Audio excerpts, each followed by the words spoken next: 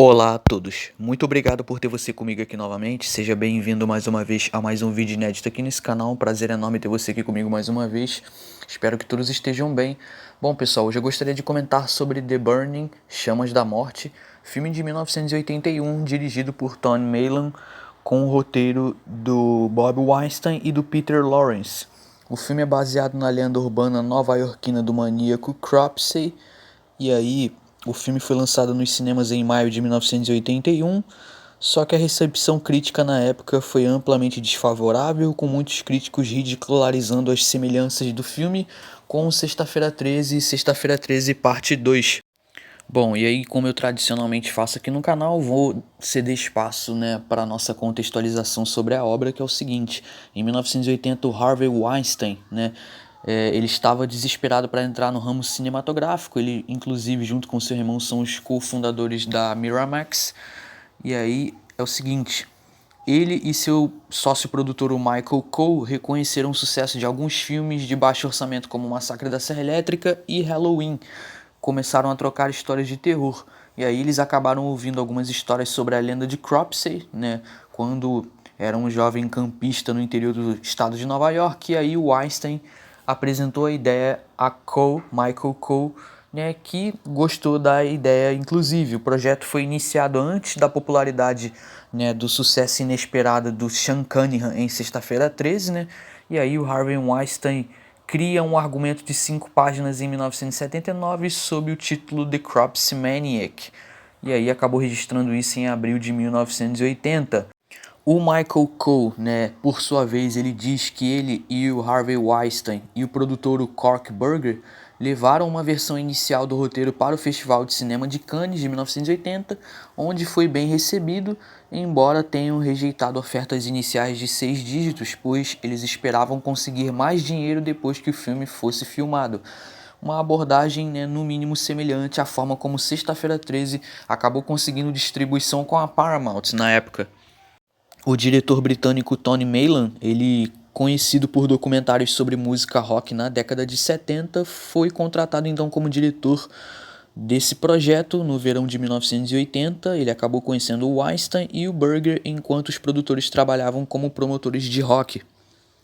Bom, na época, o diretor o Joseph Ellison, ele tinha um filme em pré-produção, com um título parecido, em 1979, só que ele acabou alterando o título para Don't Go in the House, lançado em 1980, ao descobrir que os Weinstein já estavam registrando a marca. Sem contar que a produção acabou garantindo o músico Rick Wakeman, da banda de rock progressivo Yes, para compor a trilha sonora original do longa, que confesso para vocês eu até acho interessante, a trilha composta por ele aqui nesse longa, tá? Bom, uma coisa que eu também destacaria aqui nesse filme é a questão dos efeitos práticos, tá? Os efeitos práticos são magníficos, O responsável é o lendário Tom Savini, que tem uma forte presença, em filmes do subgênero slasher, especialmente da década de 80, onde você tem muitos longas, o trabalho dele, ele realizando esse trabalho de maquiagem, de efeitos especiais práticos que são sempre acima da média, tá? Levando em conta o período e o contexto de suas respectivas produções. Só que efeitos especiais práticos dessa qualidade por si só, na minha visão, não sustentam um longa. Para mim, esse filme ele bebe muito na fonte de Sexta-feira 13, principalmente Sexta-feira 13 parte 2. Você percebe um pouco a falta de originalidade no roteiro, tá? Mas foi uma tentativa dos Weinstein, de ingressar, de vingar na indústria cinematográfica, mas você percebe que é um filme com um roteiro genérico, a direção é fraca e as atuações, ao meu ver, são atuações também bem fracas, e bem caricatas, típicas de filme B da década de 80.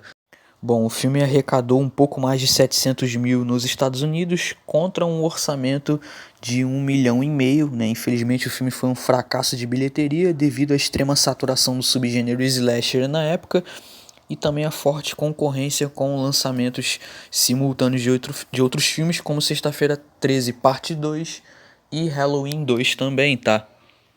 A trama de The Burning acompanha um zelador de acampamento de verão interpretado por Lou David, que sofre queimaduras horríveis após uma brincadeira que deu errado e anos depois ele volta para buscar vingança em um acampamento próximo.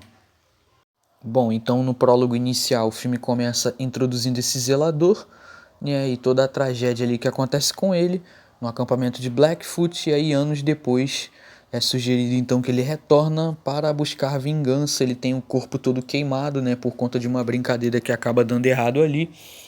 E aí você percebe que o filme bebe muito na fonte de Sexta-feira 13. Você tem aquela dinâmica tradicional de filmes slasher. Por exemplo, você tem um grupo de jovens reunidos em um acampamento de verão, premissa bem parecida com a de Sexta-feira 13. E aí esses jovens estão ali, né? E eles estão sem saber direcionando para um perigo, pois, né, por outro lado, você tem um assassino à espreita que de certa forma é uma ameaça e representa perigo. E aí você tem também algumas determinadas cenas onde o diretor te coloca na perspectiva do assassino, né? Você tem aquele mistério em torno da identidade do assassino, né? Você tem jovens, como eu falei, num acampamento sendo perseguidos, né? E o filme você percebe que no primeiro e segundo ato gastam muito tempo tentando mostrar o cotidiano naqueles jovens no acampamento, né?